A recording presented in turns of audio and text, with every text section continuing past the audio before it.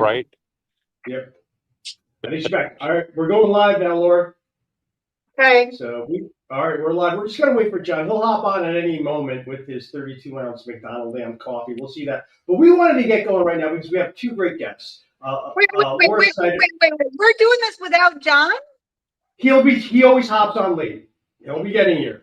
We're gonna be going. But you guys have to pay. Karen's in Australia right now, so I don't want to tie her up. She's one of the authors, so we'll get going. So John will be on here. He's probably in line right now at McDonald's for his 32-ounce coffee. So we will trust that he will be here. And he did have some slides for us, but I did want to just get going here because we have Laura Snyder with us and Karen Alpert, and really these two ladies have been on the forefront of advocating for some serious change. They've been longtime guests, longtime friends of the channel of Keith and I. So we really appreciate their work here. And so I just want to get over it here. And as soon as John gets on, we'll hop him here. But we're going to start this off today, kind of like this is your article right here that I have. And for those of you looking to find it, you'll find it in the super chat. And I also just linked it on Twitter, on X. If you're there, you'll find the links to all of this here. So here we are. So just to give you, I think this is a perfect introduction for us. So John will be hopping on very shortly. But we have Laura Snyder, is a Paris-based lawyer and advocate for taxpayer rights, who is a member of the boards of directors of Association for Americans for Resident Overseas and Tax Fairness for Americans Abroad. She's a former international member of the Taxpayer Advocacy Panel. Here's John. He is joining us. Here he is, our resident diva here. He's joining us. Let me get on here. She's a former international member of. Hey, John, thanks for joining us. Hey, you got your coffee? I do. All right, let's see it. Brought to you by McDonald's. We are ready to go, then. We are ready to go. So we have today, and so I'm just giving an introduction of Laura Snyder right now. She's a former international member of the Taxpayer Advocacy Panel, a federal advisory committee to the IRS. Karen Alpert is the founder of the Australian-based advocacy group Fix the Tax Treaty. All three are, and again, John Richardson, the great John Richardson, is with us, as long-term guests know. He's a Toronto-based lawyer who assists individuals who are tax residents of both the United States and their country of residence. All three authors are founding members of Stop Extraterritorial American Taxation, otherwise known as SEAT, and so this is the article. So the four of us. So the four of us, and also today we have with us Keith Redmond. Keith Redmond, the advocate, really responsible for bringing a lot of us together. Keith is that big toe of the movement. So thanks everyone for joining us today. So I want to hand it over to the man, to John Richardson. Set this up for us. You have some slides actually. So you want to go to the slides, John? Or what do you want to do? The slides. Oh, we're gonna get the slides. All right, very good. Let me get rid of that. And we're just going to go straight into the slides. Here we go. And I jumped ahead. Yeah, we'll slide a tight. Here we go. So okay, here it is. Before we get started with the slides, just a little bit of background. So there are, and this will allow us to move through the slides really, really quickly, at least in part, but just by way of introduction, I think we all agree that U.S. citizenship-based taxation is a problem.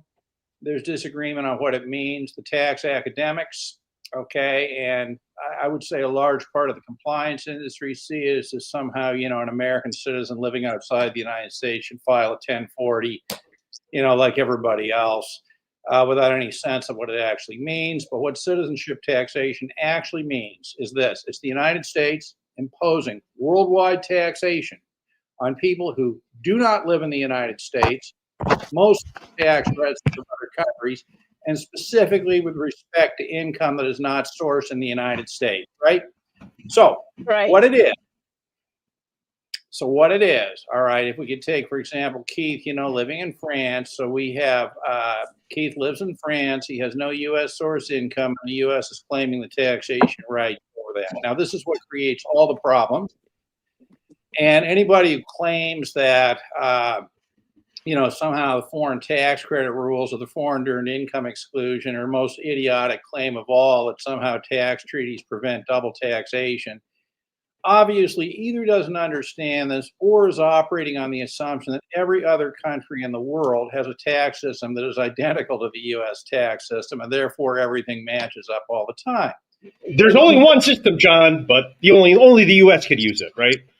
Again, with an example that nobody ever uses, which I think makes the point here, is that, let's say, first of all, what is U.S. citizenship? I remember in 2014, a prominent U.S. tax lawyer on July the 4th said, what is the meaning of U.S. citizenship? In a patriotic sense. Well, let's ask what it means to be a U.S. citizen. United States citizens are unique in the world in that they are tax residents of the United States no matter where they live. You live in the United States, you're a tax resident, but you're also a resident. You live outside the United States, you're a tax resident of the United States. Now, let's say you live in another country, okay? Say France, say Canada, say Australia, say anywhere, and you're also a tax resident of that country. So I want you to notice that U.S. citizen, the meaning of U.S. citizenship is this. If you move outside the United States, you automatically become a dual tax resident. Okay, that's what U.S. citizenship really is about, dual tax residency, and dual tax residency means absolutely, positively double taxation. So on the next July 4th, where some academic, all right, or tax professional raises his or her hand and says, what is the meaning of U.S. citizenship?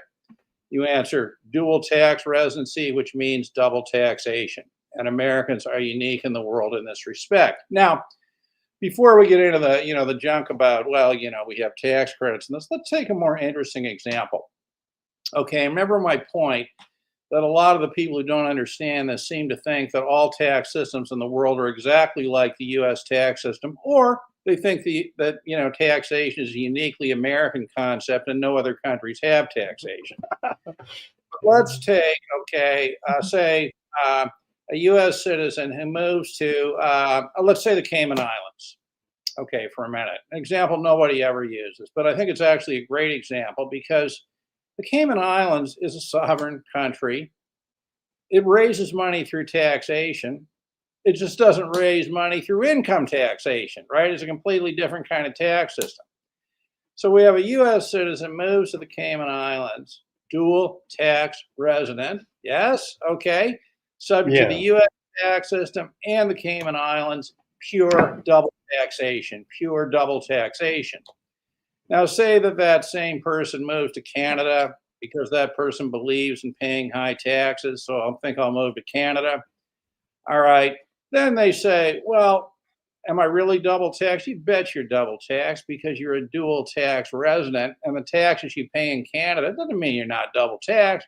It means that the foreign tax credit rules allow you to pay your U.S. taxes by deducting taxes paid in Canada. But to be really, really, really clear, so there's no confusion about this, no argument, okay, the meaning of U.S. citizenship, if you leave the country, if you stay there, you say, I don't want to leave the country because of the problems and punishment of leaving the country. But if you leave the country, being a U.S. citizen equals dual tax residency, which equals double taxation.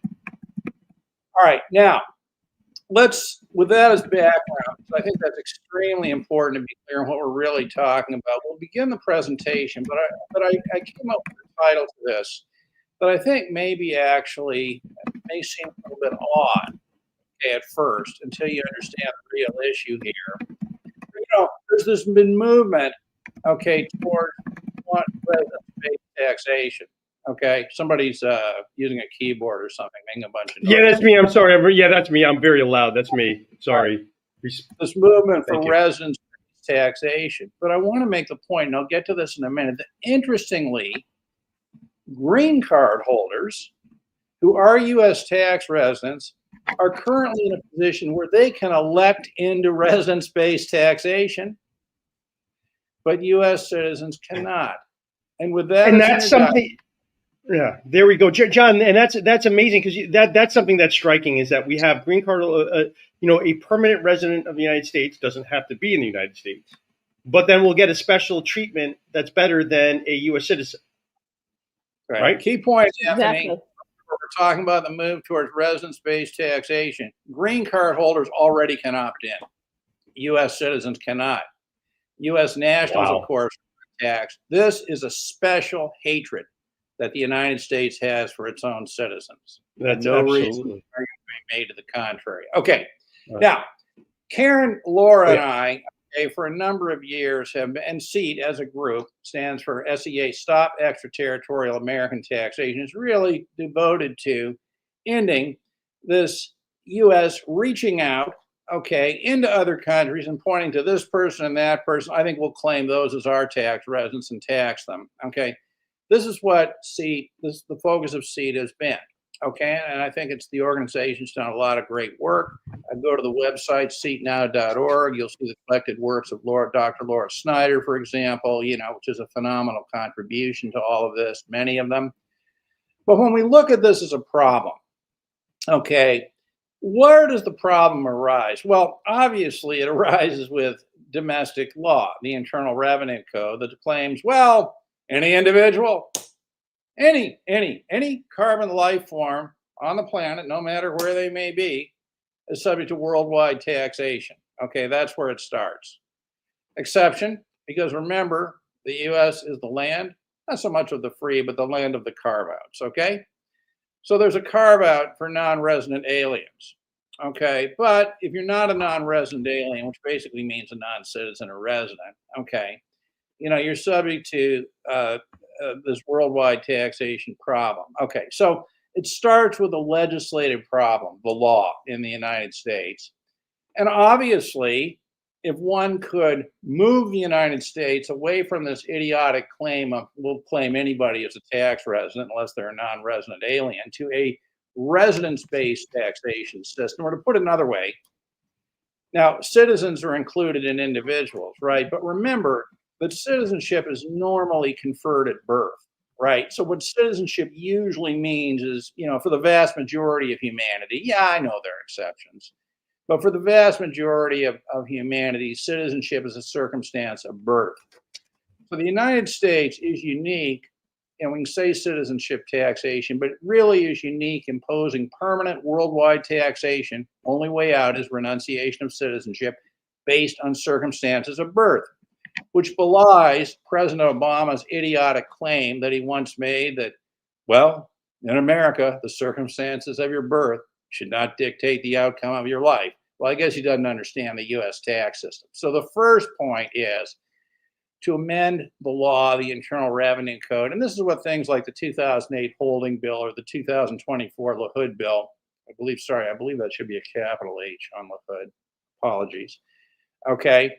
What they're really trying to do is find a legislative, fix to this. I will make the point somewhat parenthetically, but I think importantly that their proposals do not end citizenship taxation. There's one more carve out, right, for certain kinds of people. All right, so that's the first way, and that's the way that's gotten the most focus. Now, the second way is something that Laura, Karen, and I wrote, I think, what really turned out to be, I think, a very successful paper in 2020 called A Regulatory Fix for Citizenship Taxation, where, among other things, we point out that, individual is defined by regulation, the Internal Revenue Code, and individual is defined as a citizen or a resident. And that's, by the way, why nationals are off the hook, et cetera.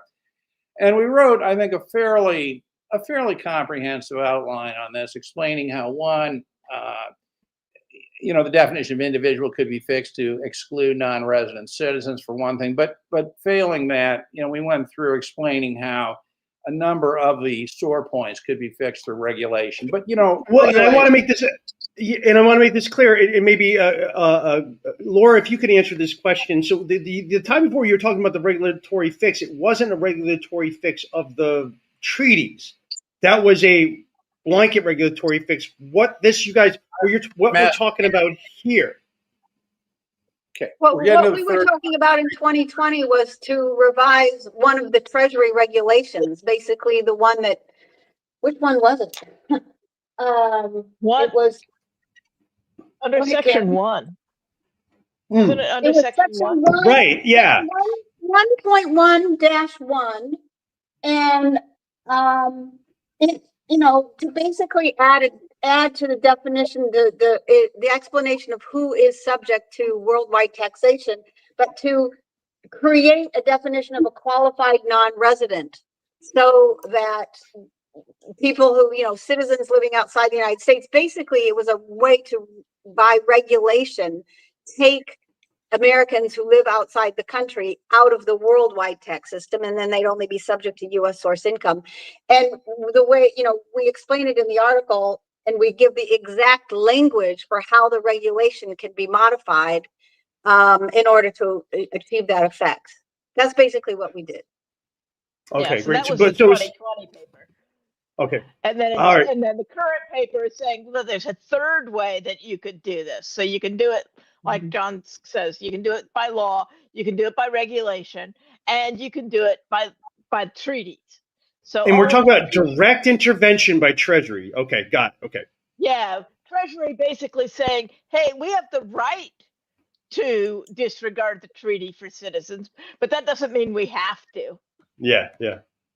And I think, Hey, good morning. what's important here, important here is that, people have been asking for legislation for a long time, and we're not really getting much. Congress is the one, well, most members of Congress are quite happy for us to be taxed in the way that we are. They don't really Of want to course. change it.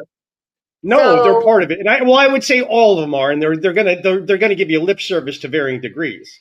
Yeah.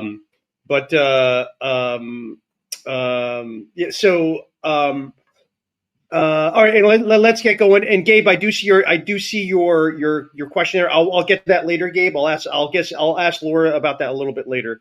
And so, all right, let's get going to the next slide. All right, hey, here we go. So this is what we're talking about. Back in the old days, before, look how young we are.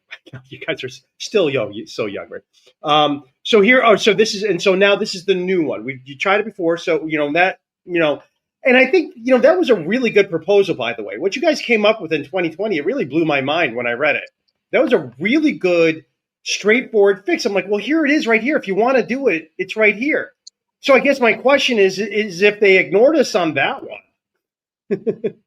how are we going to get their attention on this one? We'll see. But anyway, let's continue with what you guys have here.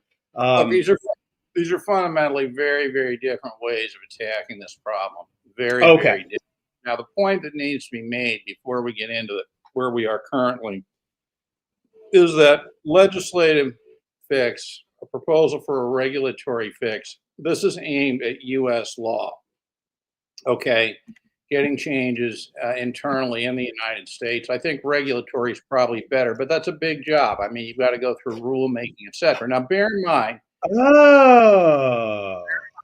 that in October 2024, President Trump made a pledge, and that pledge was sure did of Americans abroad. So where we're going with this is to show him exactly how to do it, doing what he loves best, ignoring Congress, okay, and ignoring everybody else. He can just stand up and do it and say, Americans abroad, I have done what I said I was going to do. But now, in order to understand how this works, we have got to explore certain aspects of U.S. tax treaties, or this will make no sense to anybody. So that's kind of where we're going now.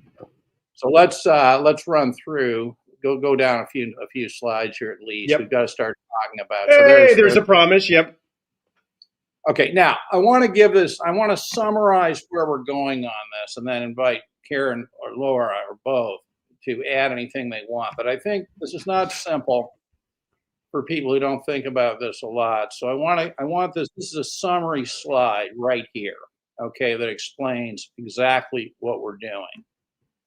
Now, generally under treaties, okay, so look, here's the thing, right? Tax treaties are built on the assumption that dual tax residency is a bad thing, because it facilitates double taxation. So when you have a situation where people are dual tax residents, like a U.S. citizen who lives in any other country, as an example of dual tax, generally there's an attempt to resolve dual tax residency in treaties. These are called treaty residency tiebreakers, right? where you look at different factors to say, well, we're going to decide the person is a resident of this country or a resident of that country. Now, under the treaties, under every treaty, now I want to emphasize this, including under every U.S. tax treaty. Ready? Under every U.S. tax treaty, there's there is a clause, okay, that allocates residence to one country or the other. Okay, now Karen's looking at me like I'm out of my mind. The saving No, you're right. clause, the recognition of that. Okay, actually. Now the point is simply this, right? That the treaty, the U.S. treaties say, you know, we don't like that. We do not want to let a U.S. citizen escape under any circumstances. So, sure, okay, treaty non-resident for everybody, residents for everybody but U.S. citizens. But when it comes to a U.S. citizen under the treaty, now this is key, we reserve the right, but we're not obligated to tax a U.S. citizen as if he or she is not a resident of another country. Got it? Now. Yeah, well, so to make it a little more concrete, John, if I have an Australian resident who moves to the U.S., then they can use that tiebreaker to determine which country they're more closely aligned to and which country they're going to be tax resident of. But if it's a U.S. citizen moving to Australia, the tax treaty as it's written gives the U.S. the right to say, no, you can't use that tiebreaker. You're always a U.S. tax resident. Yeah. And I think the key there is that it gives the U.S. the right to use that clause, but not the obligation. Right. Exactly. Which brings us to the third point here, that U.S. Treasury, think President Trump and Secretary Bissett, can simply say, you know what? You know, from this point on, we're just not going to exercise our rights under the saving clause to do that. We are going to let U.S. citizens simply be treated like, you know, people of every other country and use the treaty tiebreaker to not be a U.S. tax resident. Okay? Now the beauty of this is, notice it's based on the treaty. Nothing to do with the U.S. law. Nothing to do with the U.S. regulatory regime. Nothing whatsoever. Nothing whatsoever. Right. Yes. Made by Treasury.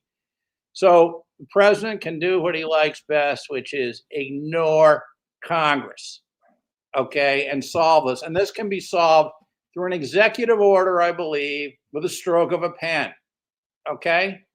Now, continuing on here, you know, now that's, in a nutshell, that's what we're proposing in our newest article that came out a couple of weeks ago, which is, sorry, what is it called, Laura? The article is called a simple and unilateral treaty fix. Wait a second. I don't remember the exact title. I have to look it up. I had it open here a second ago and now it's gone. Okay, it's something like a unilateral fix, but again, a simple and unilateral treaty fix for citizenship taxation. Yeah, there we go. Now, why simple? Because as simple as it's just something they can do. Unilateral, we don't have to involve Congress at all. Okay, you know, it's funny, if I were doing that article, I might suggest the title of Simple and Unilateral Treaty Fix to End the Double Taxation of Americans Abroad.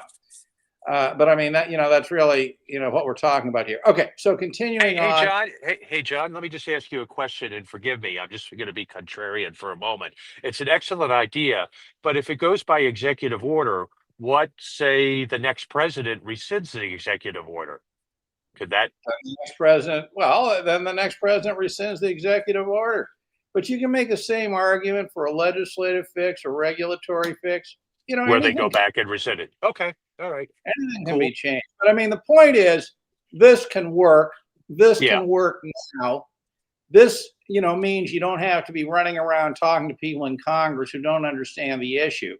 Right. This can work. And I would also point out that I think that this is very, very consistent with the president's America First doctrine. Okay, very consistent. Okay, to not be punishing U.S. citizens.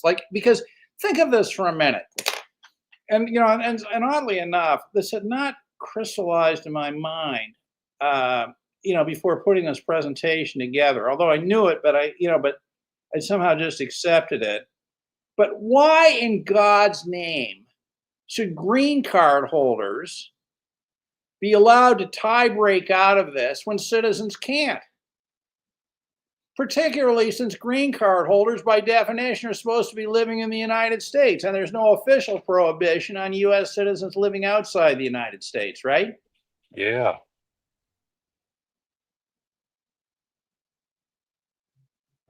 Donald Trump Okay. keeps on saying, "Hey, Americans first," but wow, kind of like interesting. Well, I mean, another way, you know, for America first, I'm, you know, I mean, I think this is a provocative way to put it, but why not? You know, the United States has citizenship taxation. It could also, in some cases, it proclaims citizenship non-taxation, like the dual citizenship for birth exemption from the exit tax. Why not a Trump executive order simply prohibiting any other country from imposing taxation on a U.S. citizen just based on citizenship alone? There you go. You know, then you Finally, wouldn't have right? a problem with these pesky foreign tax credits, you know, eroding, income, et cetera. I mean, you know, the problem is this, right? That citizenship taxation is based on circumstances of birth, not on circumstances of life.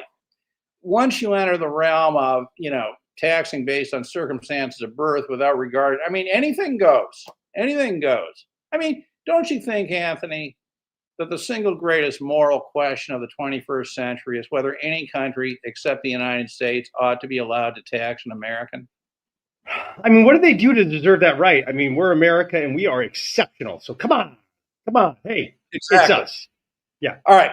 Now, for those who want to, you know, to break this down, I think I've already talked a lot about this, but let's go look at what a saving clause looks like to explain this better. Just start, you know, going down the slides here. Yeah. Where is you had that in here, right? You had this typical savings clause, or was it in the Just keep going. It's a couple slides down. more? Yeah. When you get to the savings clause. All right. Where's Next. savings clause? Here we go. Oh, no, this is it? All right. Stop there.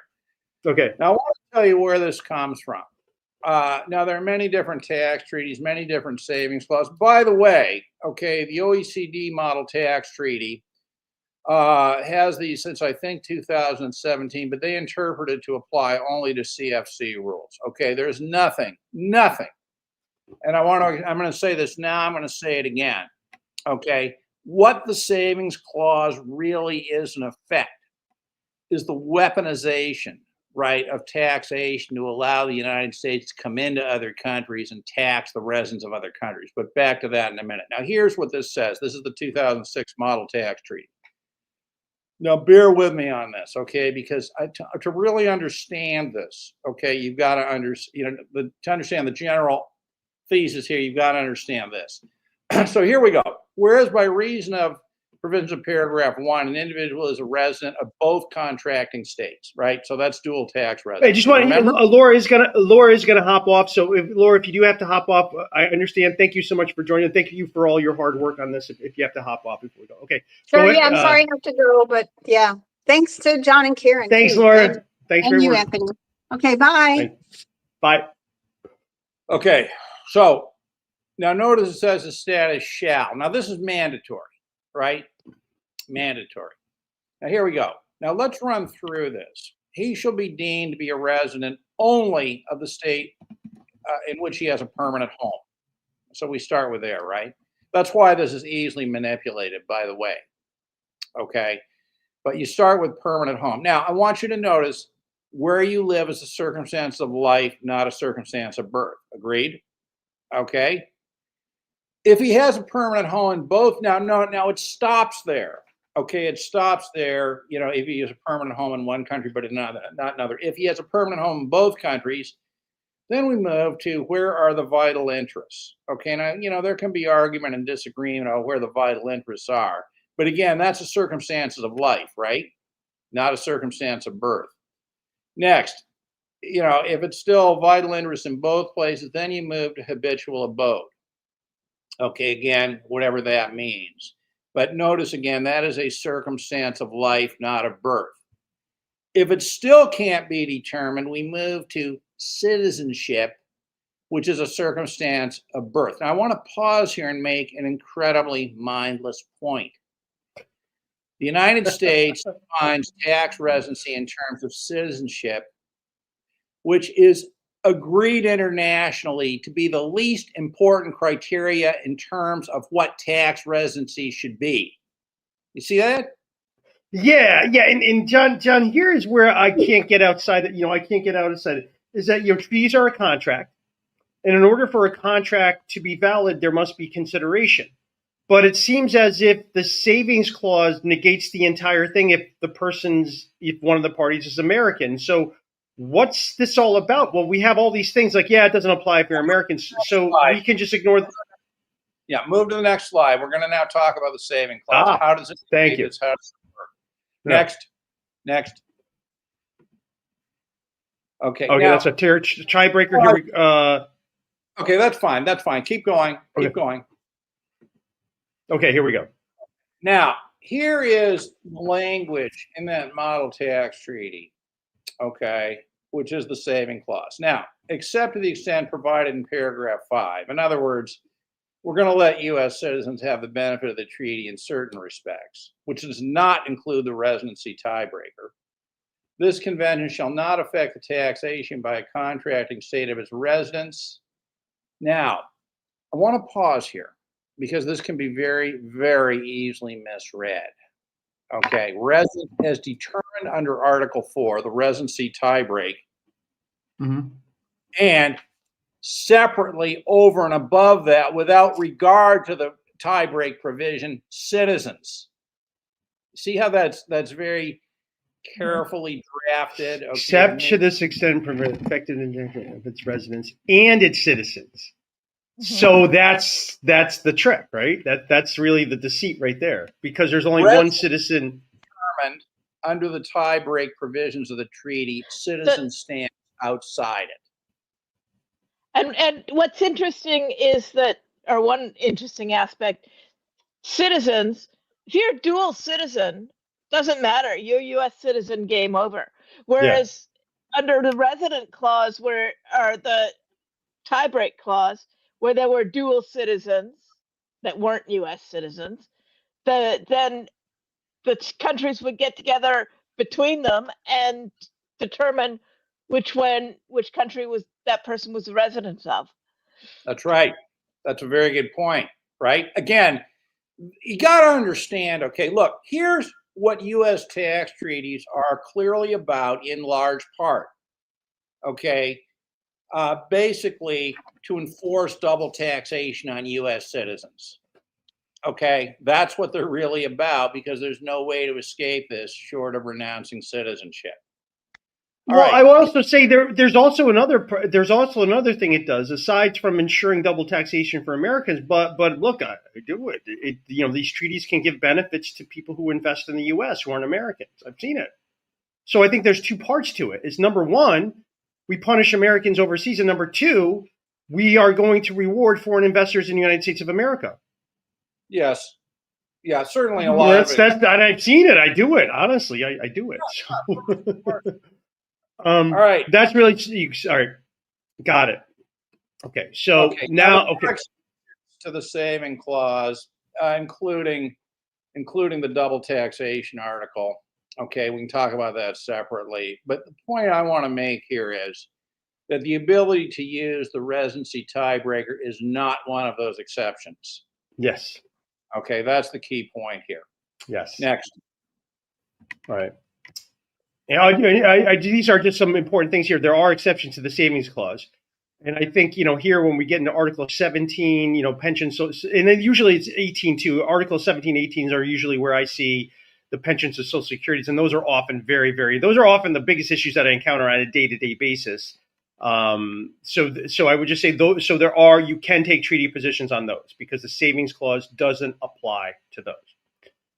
It's not a total loss. It's not a total loss.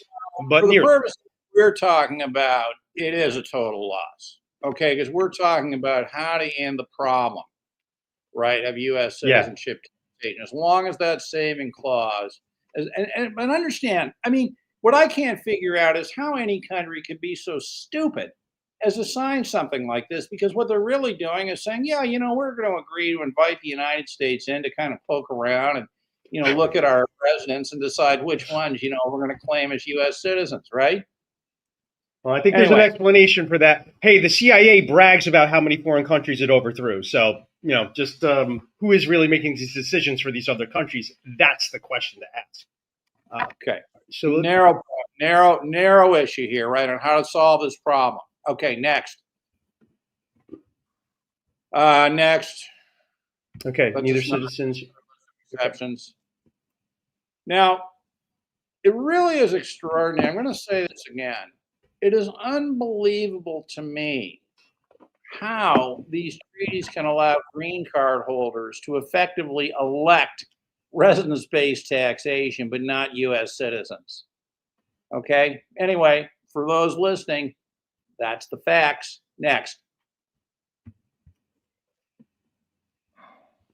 Now, I want to emphasize again, okay, how how the United States sees this thing. I don't think this was as clear as it could have been from the model tax treaty, but these examples give the U.S. the right, but not the obligation. The right, but not the obligation to deny U.S. citizens. And all of these saving clauses are written very, very differently in many different ways. How far do they go to the extent of green card holders, former citizens, for how long, this sort of stuff, right? But the key point is it's the right, but not the obligation. Next. Now, this is the U.S. Treasury technical interpretation, okay, to make this point, because, I don't want a bunch of, high-level thinkers squawking about this. Okay, here's the text of the U.S. Treasury technical interpretation. Paragraph 4 contains the traditional saving clause found in all U.S. tax treaties. The reserve their rights. Reserve their rights. It's a reservation of rights. That is their position on this. Okay, that is the official Treasury position of the saving clause is a reservation of rights. Okay. Next. So the federal government has rights. Okay. Under treaties, yeah, they do. Under treaties, yeah. I mean, just think of them as contractual rights. Because it's a contract. Got it. Yeah, right. It's a contract, right? Okay. So yeah, next. They have contractual rights. Okay. Well, with other countries, that's what a treaty is. Right. No, and I'm just saying, but I think it's important just to sort of notice it's a contract. It's it's not a constitutional right. It's a contractual right. What I think is important to recognize, more importantly, is that this has nothing to do with U.S. domestic law. Nothing to do with it. You don't have to go out and start lobbying Congress or, some kind of a regular. Yeah, right. Yeah. Well, that's kind of another problem too, which I'll get to the end. I just did have a couple questions that maybe I don't know if we're ready for that now. Let's just tie it up. We got a few more slides, and then we'll just questions. Now, going through this is fascinating how the U.S. has weaponized taxation through treaties, but through the saving clause in particular. Now, get on to the next slide. I want to show you something that's absolutely astounding. This is from an IRS page. Now, let's read how they interpret the saving clause. This is possibly the most outrageous oh my God! I've ever seen from these people. Holy, what the? That's a citizen or resident from using in order to avoid tax of U.S. source income. Holy crap! That is so outrageous. It's either you take your choice. It's either unbelievable ignorance and stupidity or an outrageous lie. But one is as bad as the either other. way. The IRS doesn't see the IRS is incompetent. I mean, this is beyond. I mean, they are really. This is an outright lie. And this is the thing. It's like, oh, okay. Well, so what if someone uses this? What if someone uses this as a source? Hey, look, I went to IRS.gov and they said, hey, look, I didn't have any U.S. source income, so I didn't pay any taxes. And there's a tax treaty.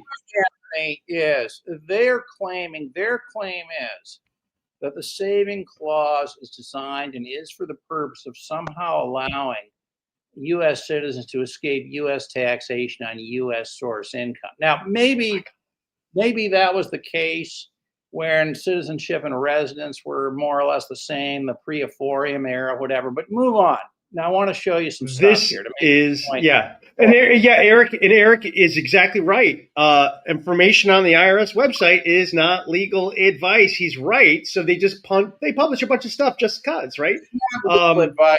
That's not even the point, right? The point is that's other. Now, I want to go through 7 examples, and there are more. I didn't have a lot of time yesterday putting this together. Examples of where the saving clause is used to directly attack non-U.S. source income and claim taxing rights to it. Now, here we go. Taxation of taxation on capital gain and principal residence. Gee, that seems like foreign source income, doesn't it? That the U.S. How about say ISA, KiwiSaver, Australian superannuation? Doesn't sound to me like U.S. source income. Next category. They also do this by accelerating taxation where both, by accelerating taxation on foreign source income, prevent the use of tax treaties, to prevent the use of foreign tax credits, okay, to offset the tax. Here's some examples. 965 transition tax, guilty, subpart F, income timing, eliminating possibility of foreign tax credits. This claim is so outrageous they're making. Next. Here's some more. Oh my God. Oh, yes. Yes. Foreign tax credits on non-U.S. source income. The fight goes on about the net investment income tax, the ongoing treaty bails, Christensen, Breu, and Canada. Another example. How about punitive U.S. taxation on non-U.S. mutual funds? Non-U.S., not non-U.S. Got it? Or how about in the expatriation rules, punitive taxation on non-U.S. pension plans? In other words, this claim, that this misstatement of the purpose of the saving clause is so outrageous. It is so outrageous that, frankly, I think one of these, academic tax professors ought to write something about this. Okay, next. No, I don't think but the tax professors typically don't want to be, ending the gravy train. So we're never going to get too much honesty from them. The point here is that over the years, as citizenship taxation has evolved, largely because of Ephorium and more dual citizens. Now, this is, I think, key. I think it's extremely important. What has happened is that if you believe that the saving clause began as a shield, okay, to ensure that the U.S. always retained taxing rights over U.S. source income, it has clearly evolved into a sword to attack the tax base of other. No ifs, ands, or buts. Okay. Absolutely. All right. Next. Well, okay, I've been over that. I've already been over that. Next. Okay, now let's go back to where we started. So President Trump makes a pledge in October of 2024. He says, "I will end the double taxation of Americans abroad." Now, Absolutely. Yeah. it's not clear what that means. I mean, personally, I think it ends. I think it means ending citizenship taxation. But there's only so much a president can do. But what this does, because this interpretation and use of the tax treaties is something that the president can do, and the Treasury by directing the Treasury Secretary can do unilaterally. Okay. And I emphasize, without having a conversation with anybody in Congress, without starting the formal regulatory process in the United States to make new regulations, but simply And without renegotiating all those treaties either. Exactly. Or renegotiating the treaties. Excellent point. Because this is just a right that the U.S. has under the treaties. The treaties stay completely intact.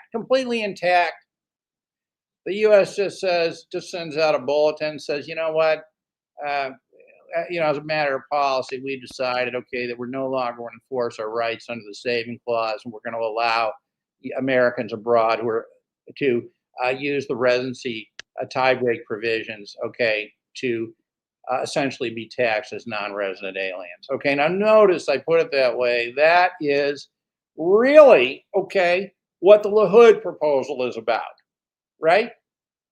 Or the holding thing. And this is another way to get there. It can be done next Monday morning. Okay, maybe somebody should write a draft executive order and send it over to the president. But my point is that this can be done. This should be done.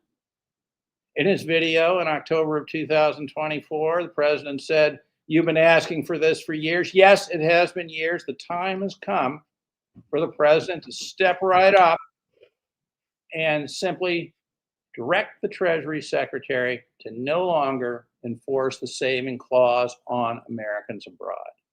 Got it? There you go. All right. Well, thank you very much for that. Now I have a few questions, but what happens if we don't have a tax treaty? We are not going to get relief then.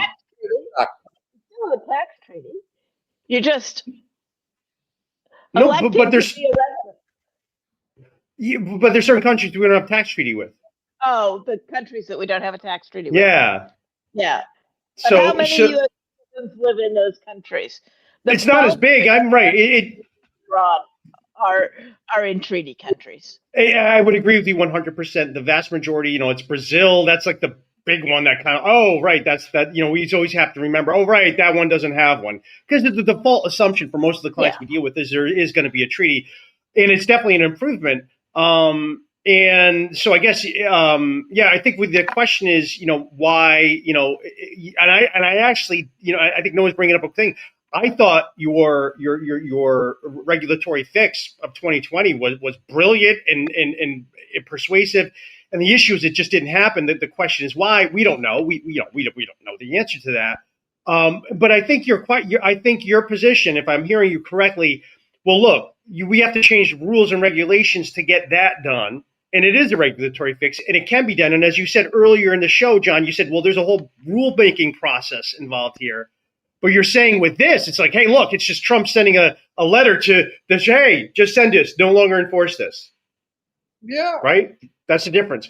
Which now brings me to sort of a bigger problem, if you think about it, because the fact that so much can be changed by depending who is in office and who's not and what that person decides to do or not do.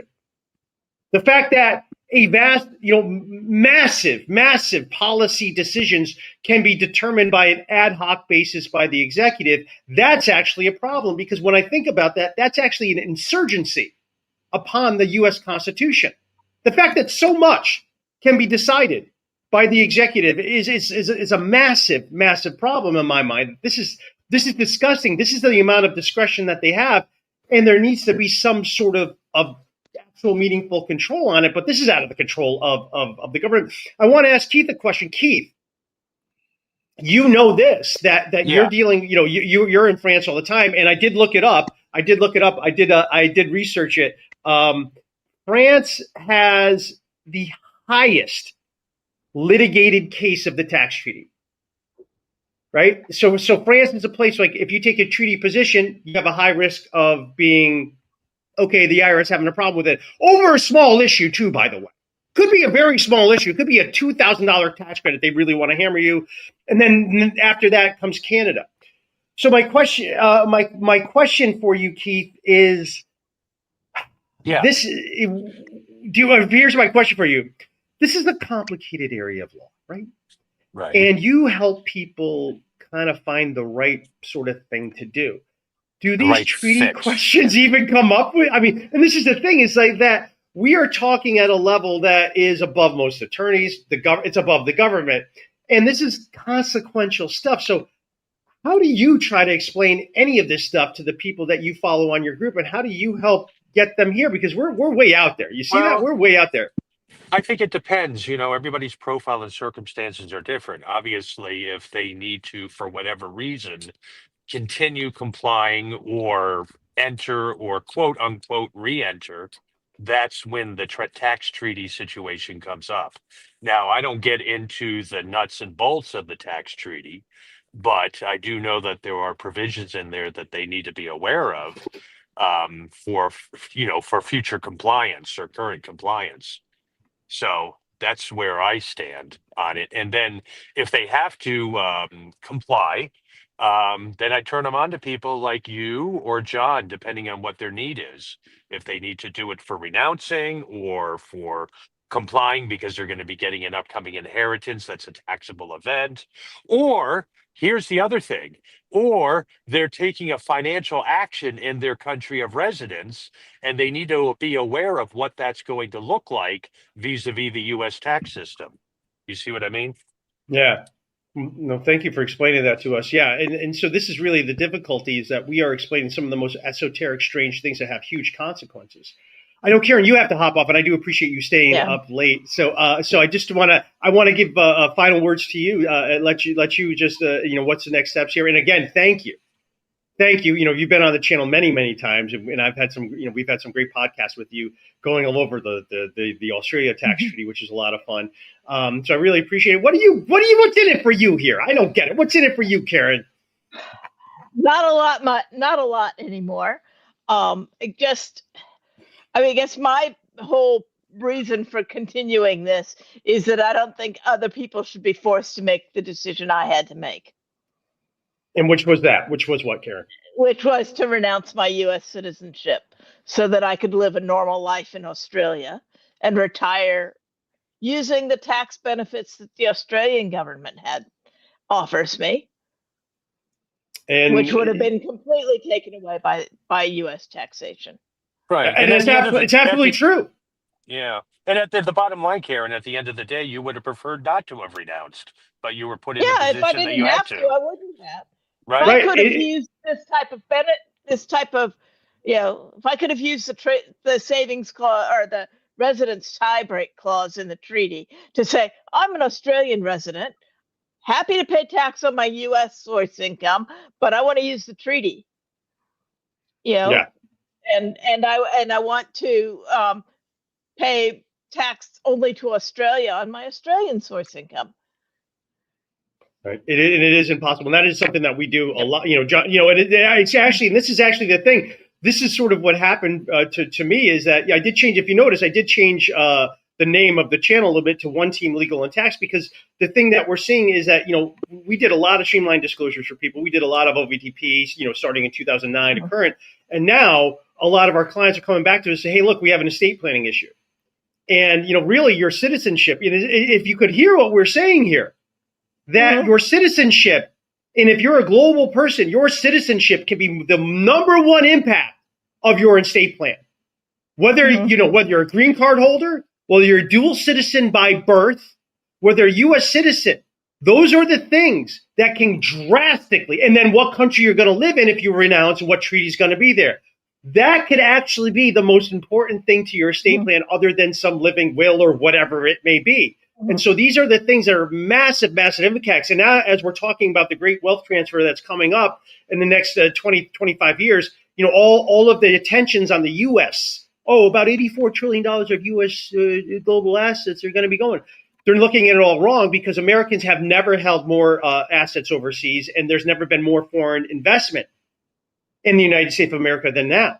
So what we're talking about, and I think this is something that people are not paying attention to, there's simply not enough brain power in the international scope to see all the issues that are going to come up. And really, there needs to be some massive simplification, because it's like this complication is going to grind the system to a halt. And it's going to be disaster coming up. That's really what I'm seeing. So I think we're going to be busy for a little bit more, Karen. I think so. I think there's going to be more stuff. So I think it's going to get crazy here. So really appreciate everything you're doing. Thanks so much for joining us today. Well, good night. So yeah, if you want to sign off, go ahead. I'm going to handle. We got a bunch of questions and comments. So really appreciate you coming out and helping us out today. Thanks again, Karen. Now let's see here. Now I did want to get to some issues and things. Is that it seems like this is sort of, you guys know that I fell into My new set of friends are the common law people. The circle of friends that I'm running with. I'm running with a dangerous group of people, who look to the common law, to the maxims of common law to kind of figure out what should we be doing right now. And I think one of the biggest problems that we have is the common law has been totally ignored. And really, Keith, you got to take off. So Keith, thanks for letting me know. Keith, and I'll give a shout out to you if you hop off, Keith. So we'll do that. I just want to finish this thought here that we have a lot of common law changes to this. So I think that's something that we're not looking at too, because, John, you went over the, legislative fix, a regulatory fix, a tax treaty fix. Well, it's like, what about the actual legal system? And that we're seeing some very fascinating things coming up, and that, Justice Gorsuch does seem to actually be looking at the common law and fundamental rights. And I think one thing I mentioned, first of all, was the failure of consideration. When you have this savings clause that has these sort of like, well, you did everything but this, but then like that might be a little hard because there is a little bit of consideration. But the problem generally I have is that I don't want any taxation. That I don't think the income tax is constitutional in any sort of way. That in order for a tax system to be constitutional, there needs to be consent of the governed. Well, the government couldn't even get their assent if they want to. There is no one who can give their consent to U.S. taxation, and the very simple reason why is no one can understand it. That look, I used to do a lot of criminal law. So in order for you to take a plea of guilty, you have to knowingly and voluntarily agree that there's a probable cause that you committed the crime and that you've been made aware of all your constitutional rights. But things, you have to be made aware of your crime. And if there's not that factual basis for a plea of guilty, guess what? You can withdraw that plea. It's not a valid plea. I'm seeing some of the same concepts here. That, when Americans sign their tax return, right? You sign your tax return under penalty of law. Well, number one, it's more complicated than you can know. And we know this for a fact. The people signing this into law don't understand it, assuming they read it. Assuming our representatives read the law, which they didn't, they sign it into law. So we don't have any representation as it is right now. The Republic has failed. The Republic requires representation. Well, we know there's no representation. It's flat out. And no one even expects them to read it, which is frightening. And no one even expects them to write the laws.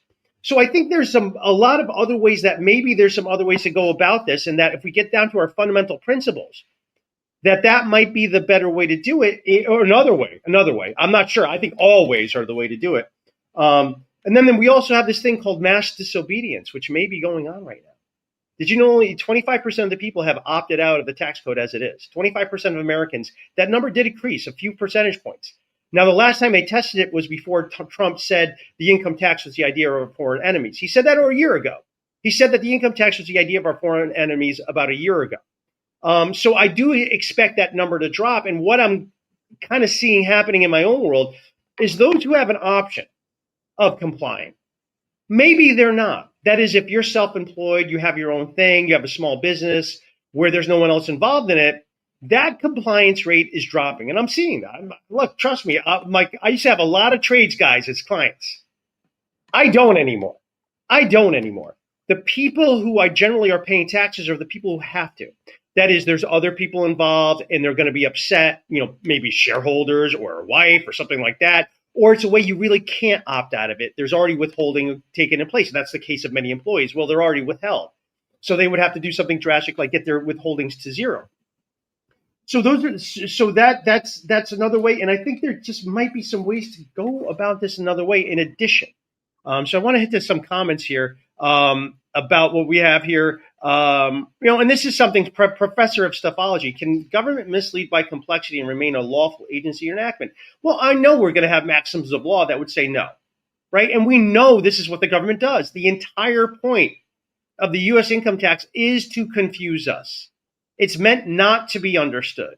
There's parts of the U.S. income tax that require a 20th grade education or more. And by the way, if you're counting, lawyers typically have 19. So it's the lawyers who went for their LLM who might be able to understand parts of it. No one else can. Don't expect a judge to. Don't expect most attorneys to do it. So the government is intentionally misleading by complexity. And that's really, I think that's a problem there. Yeah, exactly. Trump made the promise. And no, I did see your comment up before. And I would just say again, in Solomon's defense, Solomon's the one who brought us together. Solomon did get it to Trump to make it. Trump was the one who failed. It wasn't Solomon. I do want to just make that point. Solomon brought it there. He made it happen. It's Trump who failed. And I don't want to blame Solomon for that. Trump is the one who broke his word. Solomon didn't. Solomon did not whatsoever. And Trump is continuing to break his word. So I'm not going to dump it on Solomon. He's the one who got it there. How can I blame him? He's done more than anybody else. And he brought me to this too. So I just want to make that clear. Solomon is not the problem. It's Donald Trump. It's Donald Trump saying things and doing things, and who knows? And he's also, and he says all these things that make no sense. Oh, we sold these gold cards. No, there actually is no gold cards. He said they sold them. It's never been done. There's nothing there. And again, the golden visa, it's not even existing. You can't do it. The government, Donald Trump can't create the golden visa. He can't create it. And I think that's the thing. Look how far we are away from the law that we actually think Donald Trump can create the law unilaterally, because look at how much else he can do. And we have void for vagueness as well. And Borchell, we're to here. Again, the golden visa residency. Good morning, Borchell. It'll be right. And this is essentially the thing that if you're a non-U.S. person, right, you can have your golden visa. And now you could get beneficial taxation that no American else can get, right? So it's really something. It's like, wow, so rich foreigners really seem to be Trump's top constituency here. Just interesting. I remember him running on some campaign of making America great again. So it's like, well, the only way to make America great again is we got to get the foreigners with the money, because we kind of suck. We need to bring them in here. So there does seem to be some contrast. Gabe, nice to see you this morning. I did see your message. Wish you luck on that. I thank so much for your message, and I wish you luck on your effort. And Laura is a past taxpayer advocate, so she should certainly be able to help you with that there a little bit. And let's see here. Is there anything else? Oh, good morning, Sherry. Good morning, Sherry. Great to see you. And that is, I think, what we got here. That's what I wanted to hit here. So, I'm sorry I didn't ask Gabe. Yeah, maybe I'll send a message to Laura, the political or on the taxpayer advocate. This is Gabe's thing going on, and I just don't have the time to get into it. Gabe's got a huge case involving some bizarre things going on that there's a lot of shadiness. Let's just say there's an endless amount of shadiness, and I think it's obvious when you have something so complicated and so massive. Who's actually supervising this thing? And the answer is no one. No one could actually supervise this, and I think that's by control. So, and here we go. And exactly, this is my point. We have legislative interference. We have legislative interference with our common law rights, and it's so bad. I mean, it's ridiculous. No one knows what this really is. All right. So with that, John, I want to thank you for this incredible, your passion on this, my friend. I really want to thank you for your passion on this. And as you could imagine, someone with John's depth into these issues, these are things you're really not going to find anywhere else.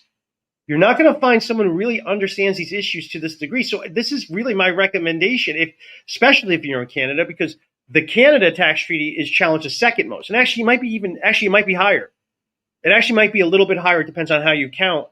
So, if you're a Canadian, especially if you're a Canadian, and you are, thinking about your estate plan and maybe like, oh boy, this U.S. status might kill any estate plan. You're thinking about maybe I need to renounce. I can't think of anybody better than John Richardson. Reach out to John. And really, because this is not something we do overnight. It's a relationship. It's figuring out, making sure it's done right and unique to you. There is no one size fits all. We say that again and again. So you were thinking about renouncing your citizenship, reach out to John Richardson, citizenshipsolutions@protonmail.com. I don't think you can find anyone finer than him whatsoever. And likewise, if you're not sure what you're going to be doing, Keith did have to drop off. And Keith is sort of, boy, what would I call him? He is the concierge for people. What is this all about, right? This is a lot of overload. We never get too many people on these because it's a little complicated. This is way too much overload for most people. That's what Keith's job is. He's here. It's like, okay, let's break it down into chunks. Okay, here's what we're dealing with. Let's go step by step by step. So if you're thinking about, I got to do something, well, good place to start is join Keith's Facebook group. Just start asking questions, and then you can also email Keith to say, hey, look, I'm expecting an inheritance overseas. Hey, I got to do something here. What's my tax consequences? Should I streamline? Should I renounce? Give me a general idea of what other people are doing in other countries. Keith is really that global navigator for a lot of people, so reach out to him. And lastly, we got one more comment. Let's see if this is what we got. Who gave?